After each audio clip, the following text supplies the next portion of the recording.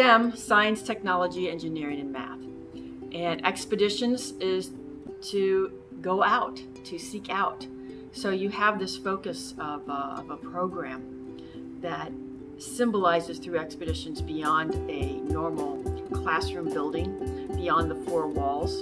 And expeditions allows you to think beyond the school campus, the state, the country. It's global. That's what that means.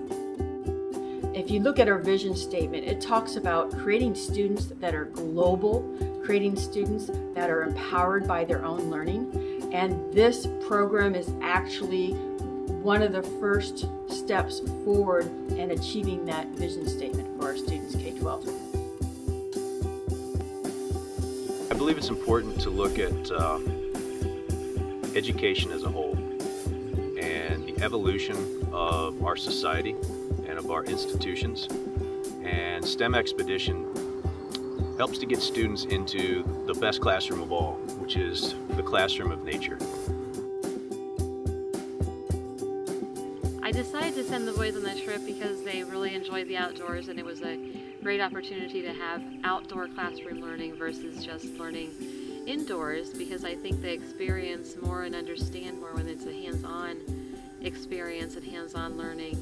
And that's what I was really excited about with the digital photography, the wildlife tracking, and the geology, was that they'd be able to see it in the outdoors and really apply what they had learned in the classroom to a nature setting where they could learn and then expand on those interests. Tracking is really powerful for just any profile of child. If they are labeled ADD, if they're labeled really artistic, if they're labeled whatever our society's labels want to put on them, there are aspects of tracking that will appeal to various different parts of themselves, and those are the rabbit holes that we like to take our students down. Because what we do is we look for, as teachers, we look for that piece that the child or student is passionate about, and then we take that passion and we just run with it. So it's not us imposing our curriculum so much as our agenda on our student is finding what the student is passionate about and helping them explore that.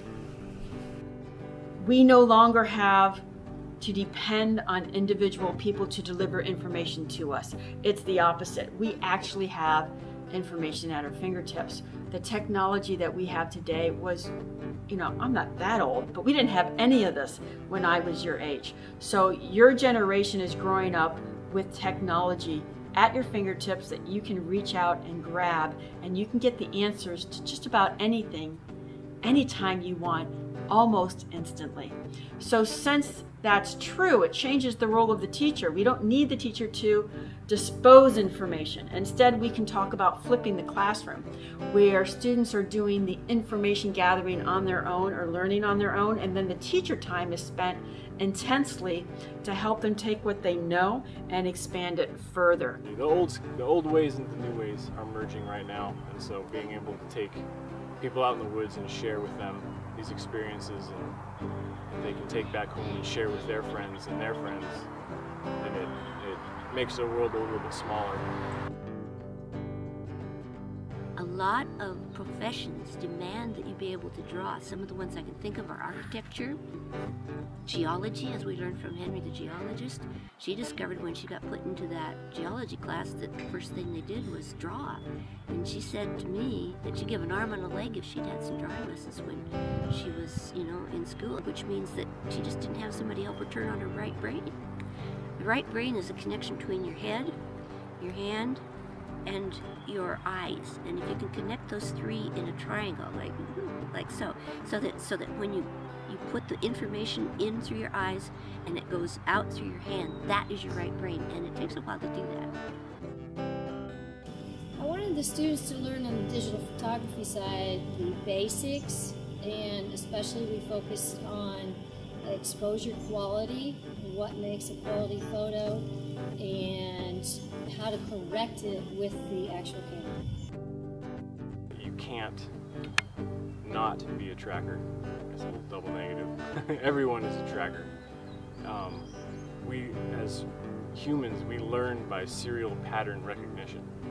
As little babies, we're just patterning on our environment. The colors, the sounds, the textures, the movements, voices. And we see those, and you watch kids start to imitate what they see around them. What comes in through the senses comes out through the behavior. As I was mentioning previously, there is not our agenda that we want to impose upon them, but we want to ask them what they want to learn, what they're passionate about, and help them explore that and find that and identify that if they don't know what it is they're passionate about, and then give them the tools and the structure and the support for them to discover exactly what it is they're passionate about. It is unlimited, and that is the way that learning will take place, is taking place, and will continue to take place in this district and for all of you guys, for your generation in the future. What do I think of the trip? This has been a real experience for me. I haven't had anything to do with young people for such a long time. And mostly what you hear about young people is negative, so I was a little bit nervous about this. But once I got to know you kids, and even from the very beginning, I realized that this was a super bunch of kids and I was going to have fun, and I was right. Alright, so my mom made me come, and now I'm glad that I came because it's really fun. Well, I like the trip so far. I love it. I mean, it's awesome. I like hiking. Favorite part of the trip would be getting to swim in streams and swamps and ponds. Yeah, my favorite part was when Joe Cruzman made us go barefoot into a stream, and it scared me, but it was actually really fun. It felt really good to have like cold water on my feet. I think my favorite part was when we went to the swamp and we all just like jumped in and got muddy, and it was a lot of fun. Yeah, so my favorite part was snowball fight too. And sliding down the like hills on our heels, like. This trip has been a great experience. I'm fortunate to have come along with the group, and I think it's a great learning experience for the children, and really excited to be part of it. I think that this program is absolutely incredible. I wish that I had had a chance to do something like this when I was a kid. There will be days you will be sitting in class and you'll be bored out of your mind wishing you were here now. So be here now.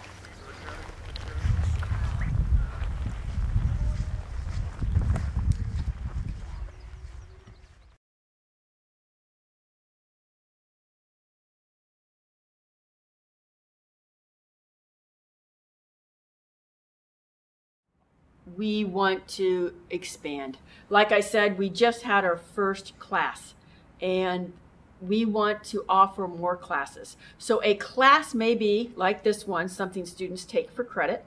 They're getting high school credit. Next year, we're going to expand so these students can, if they wish, get science credit. And we are going to have established partnerships with the University of Vermont, and we're looking at Southern Oregon University, expanding there.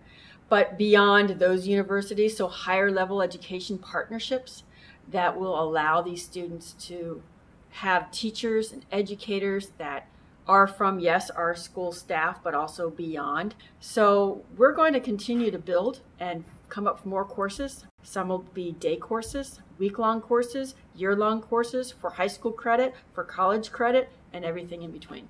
And we do want to have more expeditions